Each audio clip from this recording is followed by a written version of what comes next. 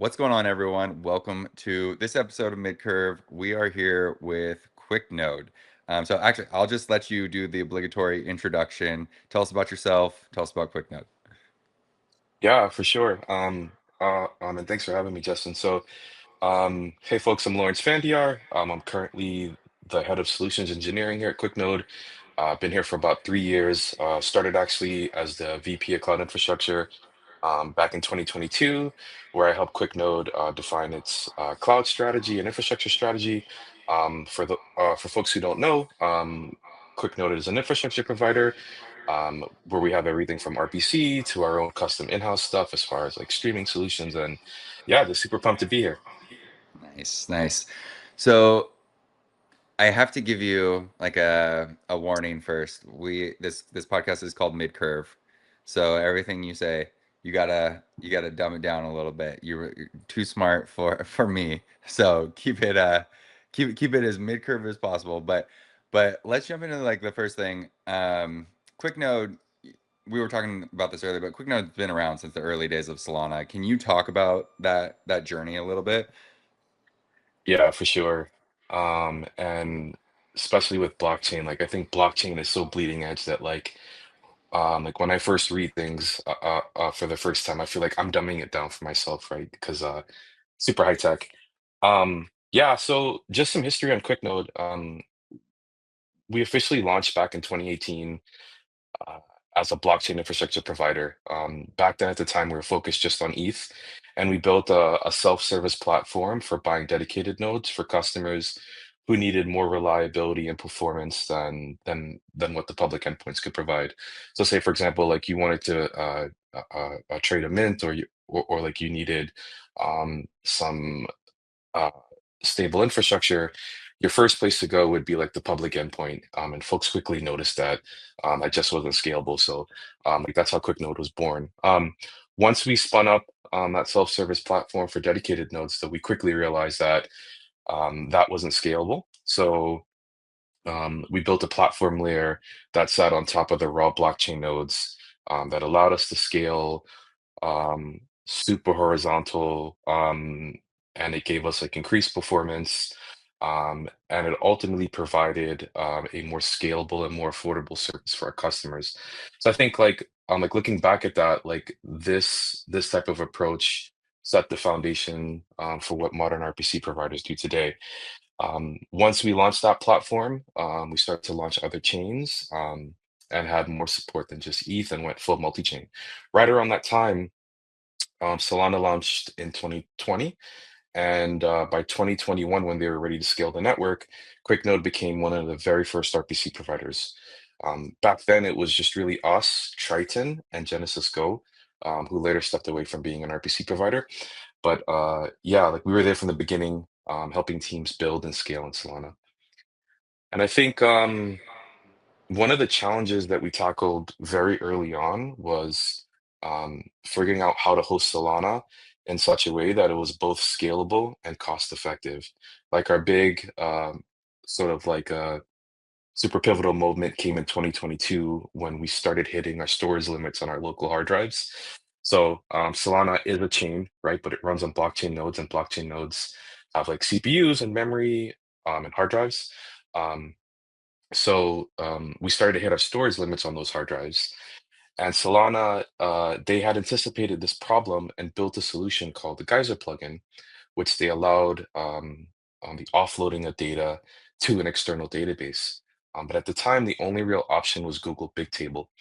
And that on its own had its own set of issues, right? It was slow for our customers, super expensive because the more you use Google Bigtable, the more you pay. And it was not sustainable solution as demand grew. And the reason why it wasn't sustainable is back then, everyone was building an index on Solana, right? Um, like think of block explorers, think of like dApps and people just needing to maintain like history. So our big table costs were skyrocketing. Like we knew we had to find a better way. So instead of relying on third-party storage, we built our own high-speed, super low latent data store that sits uh, like what we call layer two adjacent to our Solana node, so right next to our node. So it's like it's running on a hard drive, but it's just like right there next to it. And it drastically improved performance while keeping costs under control. Solana still actually has an open grant for someone to build an open source solution, but like we already solved this problem internally. That's just like one example of how we continue to push the boundaries on Solana's infrastructure.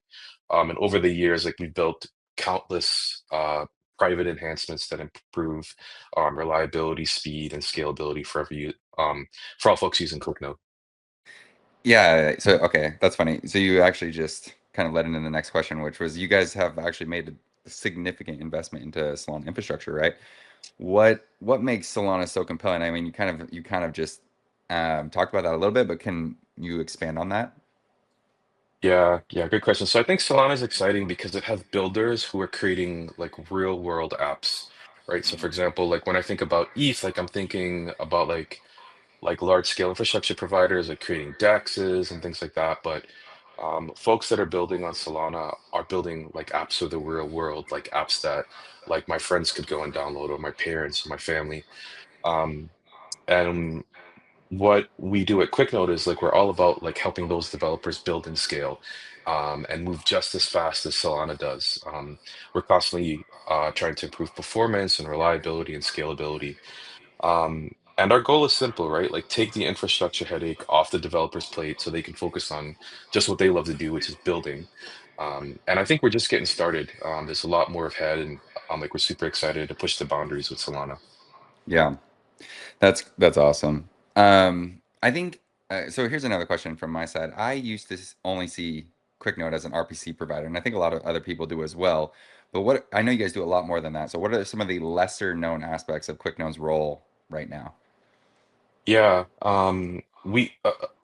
yeah, so we did start as an RPC provider. And think of us like the way that Amazon started, right? They started with just like these core building block services, which they then use to power all the services on top of Amazon, right? So we did build out this global RPC footprint, but we have much more products in the lineup that build on top of that global RPC footprint. Our focus has always been, look, I'm like, let's just make blockchain faster and more simpler to work with. So, for example, some of the non-RPC products we have, like specifically to Solana, is we host the Solana gRPC Geyser solution. This is for customers who need like super fast, super fast and low latent data. This is an absolute requirement for my customers who run like high volume trading platforms. Think of like meme trading platforms or like DeFi applications. And then we also run a marketplace packed with super powerful tools that make life easier for developers. Like we know that like we can't develop everything, and there's folks that are specialized in this space and go really deep on blockchain, like core specific things. And like we like to partner with those folks, and so we did that with our marketplace specifically for Solana. Like our top marketplace add-ons we have are like Jito bundles, right? Like which you all know are help with efficient transaction batching. We have the Jupiter V6 swap API, which is like the leading sort of token swap. It makes this super seamless for swapping tokens. And then we have an internal marketplace add-on that's sort of built by a super fast internal team called the Priority Fees API, which lets you forecast and optimize transaction fees because that's an ever changing landscape on Solana. Beyond that, like beyond the marketplace, we've developed this product or a suite of products which we like to call streams. Streams is really QuickNode streams, QuickNode filters, and QuickNode functions. We think it's a game-changing streaming and ETL solution that supports most chains, and it does include Solana.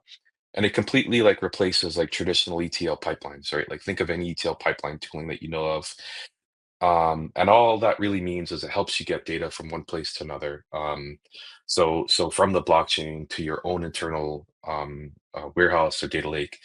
And instead of dealing with complex data processing setups, you can use streams, filters, and functions to do everything seamlessly and serverlessly, fully hosted by QuickNode. And to give you one example, one of the top analytics companies in the blockchain space recently switched from an expensive, I think they were paying $1 million a year to run that indexing pipeline the QuickNode streaming product, and it's last cost for them, both on like the licensing fee for the software, but just the sheer number of developers and then operations people that they need to maintain and run that. And they also increased speed to ship. So yeah, long-winded explanation, but we started with RPC, but like we like to think of ourselves as like the end-to-end infrastructure provider, just helping developers build and scale and optimize. Yep. So you talked about you mentioned in there helping builders or like there are things that you can't really go deep on. So you built things for developers to use, right? What advice would you actually give some of those developers entering the Solana ecosystem? Yeah, great question. So if you're new to Solana, like I'd say don't try and reinvent the wheel. There are great tools and resources that can help you get started fast. QuickNode, like we actually have a really big docs and content team. So like if you search something that's like Solana specific or blockchain specific, 9 out of 10 times you'll get a QuickNode link, which we think is pretty cool. But check out our guides. Like we also have a pretty packed YouTube. So we've got videos, things from the basics, like all the way up to like how to build a DEX, like using um, um, DEX or like some sort of streaming solution. So once you start with once you start with the basics, like then you can focus on optimizing. Like you can like use our guides to learn how to use tools like Jito, streaming for data processing, or like priority fees to avoid congestion. So sort of don't don't reinvent the wheel. Check out QuickNote for guides and videos, but then also tap into the like Solana dev community. There's a ton of shared knowledge out there, and um, one other thing I should mention is like Solana is fast and super efficient and cheap to transaction. So don't like really like think too much about it. Just like go and spin up a free endpoint with QuickNode and just start using us and experimenting. It's cheap and really fast to just get started. Yeah, that's right. That's good advice. And actually, I've seen your guys' YouTube, taking some inspiration from it. It's actually pretty good. Lots of good alpha, I guess, on on there for people. Thanks, man. But okay, so you're talking about like devs building on Solana and it being cheap and fast. But we've also seen like a lot of congestion on Solana in the past, and things are being worked out on that end. But can you talk about during high activity, like is there a way that QuickNode kind of helps mitigate these issues? Yeah, so I think one of the powerful things about Solana and on my blockchain specifically is like you can get started really fast and Mhm. you as a developer can get started really fast, but then the flip side of that is like while you can get started really fast, your app or dApp can get popular really fast, right? So QuickNote is the place to help you scale. um Specifically to Solana though, like Solana congestion can be super challenging. I think like we've seen some peak times during like DeFi activity, during mints, where things can get quite congested. One of the things that's a key differentiator to QuickNode is we have like this global infrastructure footprint. So like we've got like global capacity. So say for example, if things are getting hot in US to West, like we can start to distribute that across the world. So we don't have hard failures. While we may have some increased latency, you won't have a hard failure, right? So your users will still get transactions through. Outside of that, we have some like in-house, like what we call hyperscalers, sort of like the big table replacement that I told you about, um, that helps to keep reads fast even under heavy load, right? So like think about like congestion periods in like two parts: folks trying to transact, but also folks trying to read. Um, so for example, like when you send a transaction, like you need to check to see if it's been confirmed. And like we try to like split out read and write. So we have like these hyperscalers that help reads even go like super fast when writes are slow. So um, we have the hyperscalers, a global footprint. We also have like for high frequency traders and for folks that just can't have like these noisy neighbor scenarios, we have what's called a dedicated cluster. And we can spin up dedicated clusters in like whichever region you like. Like we can do custom things there as far as like clients, and what that does is it like completely like eliminates noisy neighbors. So for example, because QuickNode is so popular, you may have wallets connecting directly to QuickNode on the same shared network as like backends. So if you need to segregate your backends, like you could use a dedicated cluster. Think a dedicated cluster is as like something being used by like a DEX. So like for example, like a DEX might expose a dedicated cluster for their backend, but may use the QuickNode shared network to point out to its users. So that's some examples. On the right side though, so we talked about read and write. We built like smart transaction routing with our priority fee API. So what this does is like you want to have like what I like to call transactions. You want to make sure that you're not spamming the Solana network. So like what we do is we actually filter out like spammy transactions so that they only hit stake to 8 validators if they have the proper fees, if they're not spam, if they have a certain flag turned on or off. We call this like good transaction like hygiene. Um, and then we also integrate with Jito bundles to help transactions get through efficiently. Um, and then look, like I think lastly, I'll say like congestion will always be a factor in like a high demand network, but like we're constantly working on optimizing to help keep the network run smoothly. That makes a lot of sense. So I guess looking forward, like how do you see the infrastructure, Solana's infrastructure specifically, evolving to prevent these types of bottlenecks? Is that a FireDancer Yes, thing? yeah, FireDancer for sure. So when I think of the Solana network, like I think of QuickNode as like powering a large portion of that, but there's some internal pieces that like we don't all run, and it's because there's some core infrastructure, but there's also there's the validator infrastructure, which is super distributed, right? So I think on that validator piece, like one of the biggest upgrades we see is FireDancer, and like just to sum it up, like FireDancer is it's a new validator client. So just by having client diversity makes the network more stable, right? So it's not all just a one type of validator. When I looked at the code from a performance perspective, it's written in a lower language, so it's written in C++, and I think this is better for hardware optimization. We've seen that it hit already 1 million TPS in testing, which is crazy because as of right now, we think the TPS on the network somewhere around like 700 TPS. So to hit 1 million TPS, that's like a game changer. And then we see some enhancements in stake weight QoS, which I think will help prioritize important transactions.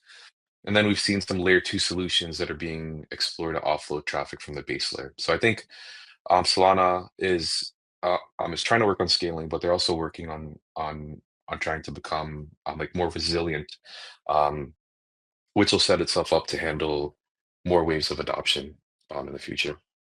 Cool. That's yeah, that's interesting. I actually want to change lanes a little bit here. When talk about QuickNode and multi-chain, why are you bullish on a multi-chain future rather than just a one-chain wins all model? Yeah, so we think that there's never going to be sort of a one chain wins all scenario. I think that there are different blockchains that are built for different things, and then certain blockchains that are used for different things and sort of become known for different things. So, for example, like we've seen, like Solana's great for speed and low fees, like which makes it great for DeFi and gaming and consumers. And ETH, for example, we've seen have been used in sort of like strong and institutional like DeFi and governance type workloads. So, at QuickNote, we're bullish on multi-chain because we know that there's not going to be one chain that rules all. That kind of goes against like the whole decentralized concept. And we just want folks to have the best tool for the job, right? So um, we're also seeing a ton of cross-chain innovation, which makes it simple for assets and data to move seamlessly between chains. So, like we see, like blockchain is becoming frictionless, in the sense that users won't even think about like what's happening under the hood and which chain things are running on. So we're seeing lots of tooling in that space, and should help with the multi-chain strategy that's sort of unfolding in the industry. Yep, agreed. Agreed.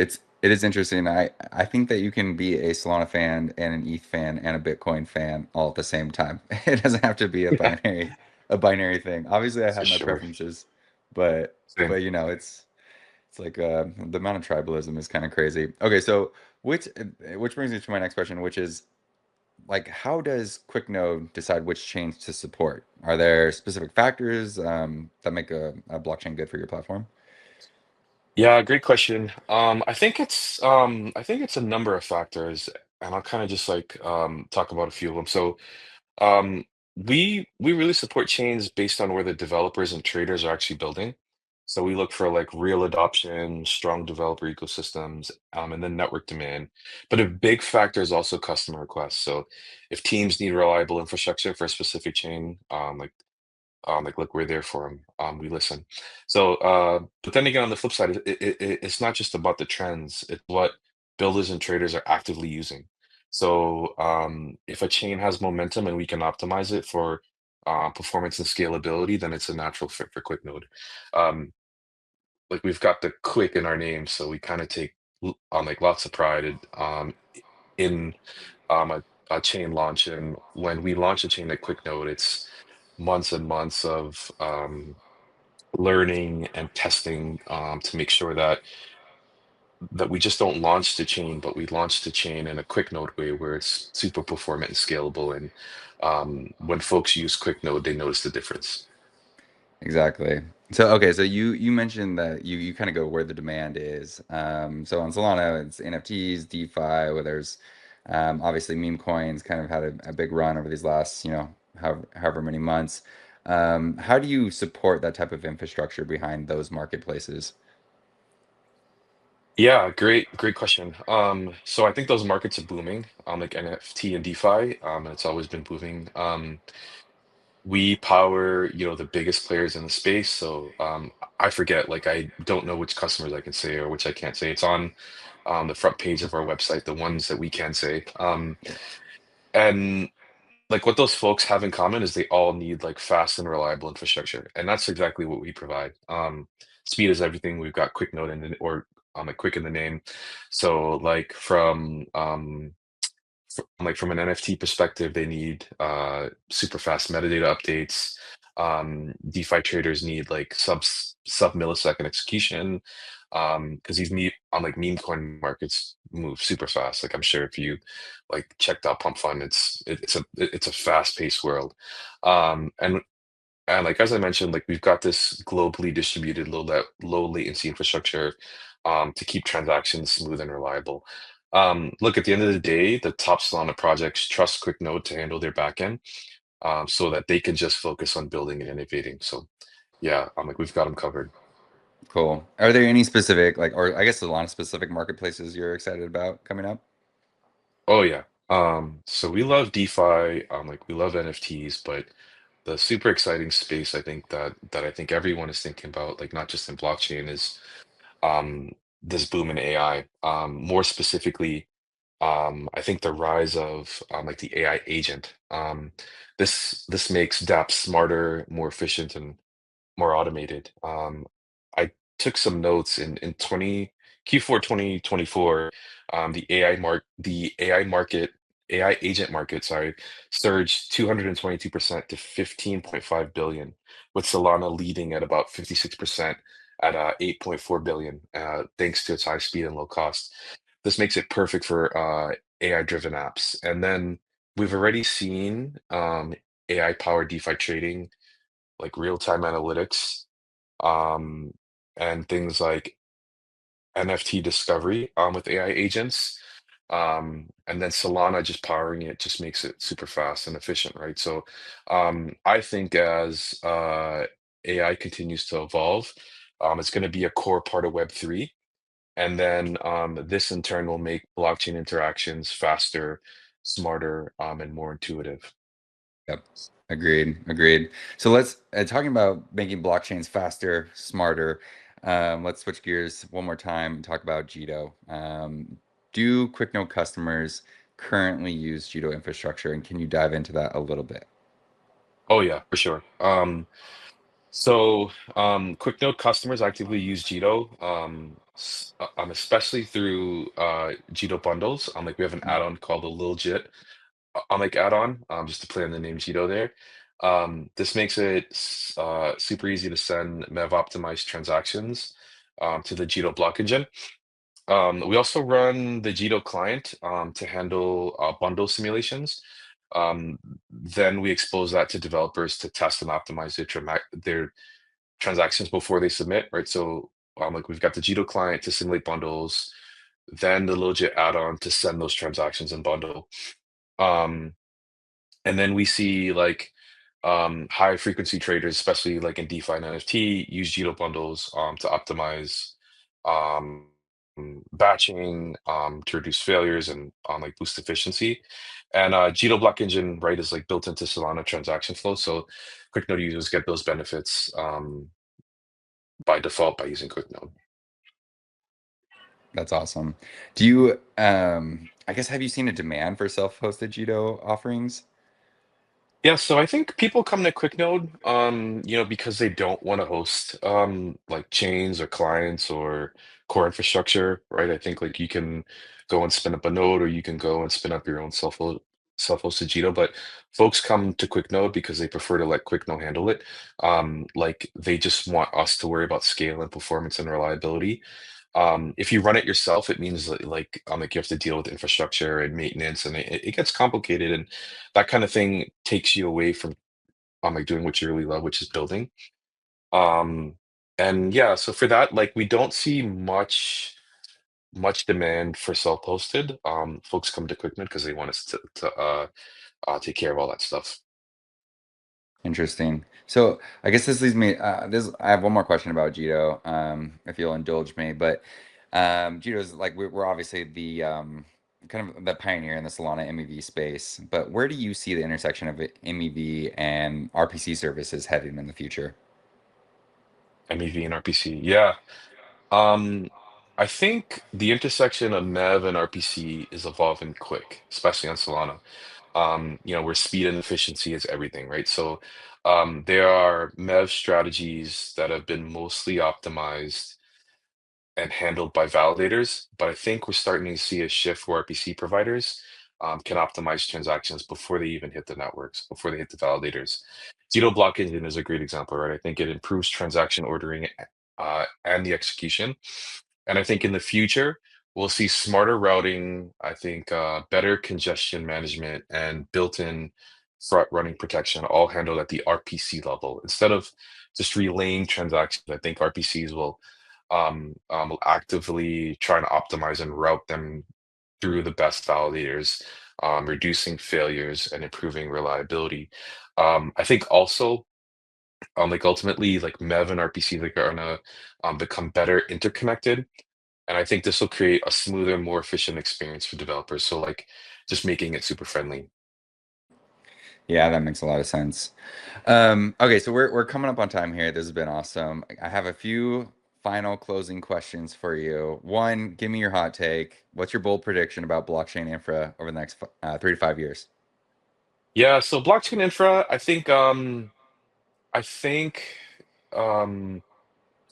blockchain infrastructure will become like almost invisible.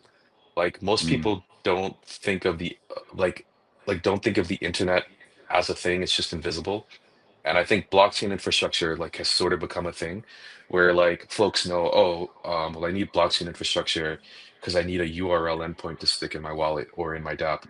And I think in 3 to 5 years, developers won't need to think about RPCs, nodes, scaling. I think everything will just come closer to the edge or closer to customers with faster, like localized processing that cuts latency and makes blockchain feel like as seamless as a regular on like web app. And I think the other thing that's outside of making on like blockchain infrastructure like invisible will be like transactions will be optimized in real time. mm. So I think transactions will just go through, and I think users won't have to worry about like what's happening. So um, they won't click on solo scan and see if the block has been picked up or if the transaction has been picked up. And things will just be faster. This will make blockchain so intuitive that people won't even realize they're using it. Yeah. The It's my That's take at funny least. because I did a video once where I interviewed people. I think it was in 2017 at a Bitcoin event in Hong Kong, and the question was, what's it going to take for mass adoption? And essentially, the answer was blockchain infrastructure needs to become invisible, something like email. No one knows how email works, but everyone uses email, right? So But now, and I think that was early, obviously, but now we're kind of at this point where blockchain infrastructure is evolving and it is becoming more like a background thing, and things are becoming very easy for the user. So it's nice to see all that come to fruition after all these years. So what's next for QuickNode? Are there any big initiatives or innovations on the horizon? yeah, good question. And I never know what I'm allowed to say here, but um, if I think about like the projects that we have in the pipeline, I think we're always iterating, trying to push for maximum performance and reliability. Like our number one focus is like trying to make sure that developers and traders and top enterprises get the fastest, smoothest experience possible for themselves and for their customers. So I think we're constantly fine-tuning our infrastructure to keep it that way. We're also always rolling out new services, products, features, just to meet the growing needs of our customers. I think, like we started talking about early about like keeping it simple, like there's always something new in blockchain, and like anything, there's not a lot of documentation in the beginning. There's not a lot of like guides and readmes, and like QuickNote tries to simplify all that. Specifically with Solana, we're doing lots of work in optimizing um, our Solana infrastructure. We're also trying to expand our multi-chain support, and we're trying to build tools that make like Web3 dev more easier, right? There's the QuickNote SDK, like which we're constantly developing. We just launched like rollups as a service product, um, cross-chain, as I mentioned, and then yeah, I'd say we're not trying to take any shortcuts. Just tough grit and like continuous improvement. That's the way to do it. Where can developers find you? Last question. Where can developers find you? Where can they learn more about QuickNode and how can they get started? Yeah, quicknote.com. Our docs are there, our tutorials are there, links to all the APIs, links to the YouTube channel, all at quicknote.com. And that's for like whether you're building on Solana, ETH, or any chain. For hands-on learning, check out our QuickNote blog. There's links on quicknote.com. The YouTube channel's there. We've regularly dropped guides. Like I'm in the Slack channel with our content team, and like it is just fast and furious. Like every day there's multiple drops, um, things from like how to connect to a client to how to build a fully functioning app. Um, Mhm. like we also have a Discord channel. The links are on our website. Like we're in crypto Twitter. Like we're in all the threads for the most part. And then if you're an enterprise or need a custom solution, like you can reach out to our team on our crypto.com site, and we'll work with you to help scale your infrastructure. And if you're a solo dev or just running a high volume app, like I think we've got like all the tools to cover like that broad spectrum. Yeah. This has been amazing. We try to keep these episodes under 40 minutes because the mid-curve community doesn't have a huge attention span, as we all Me know. too. And I mean, I'm on that plane. I'm on that spectrum. So, but I feel like we just packed so much information into this like 35 minutes. It's been amazing. Thank you, sir, for coming on. We'll have to do it again soon. Thanks for having me. Cheers. Appreciate it.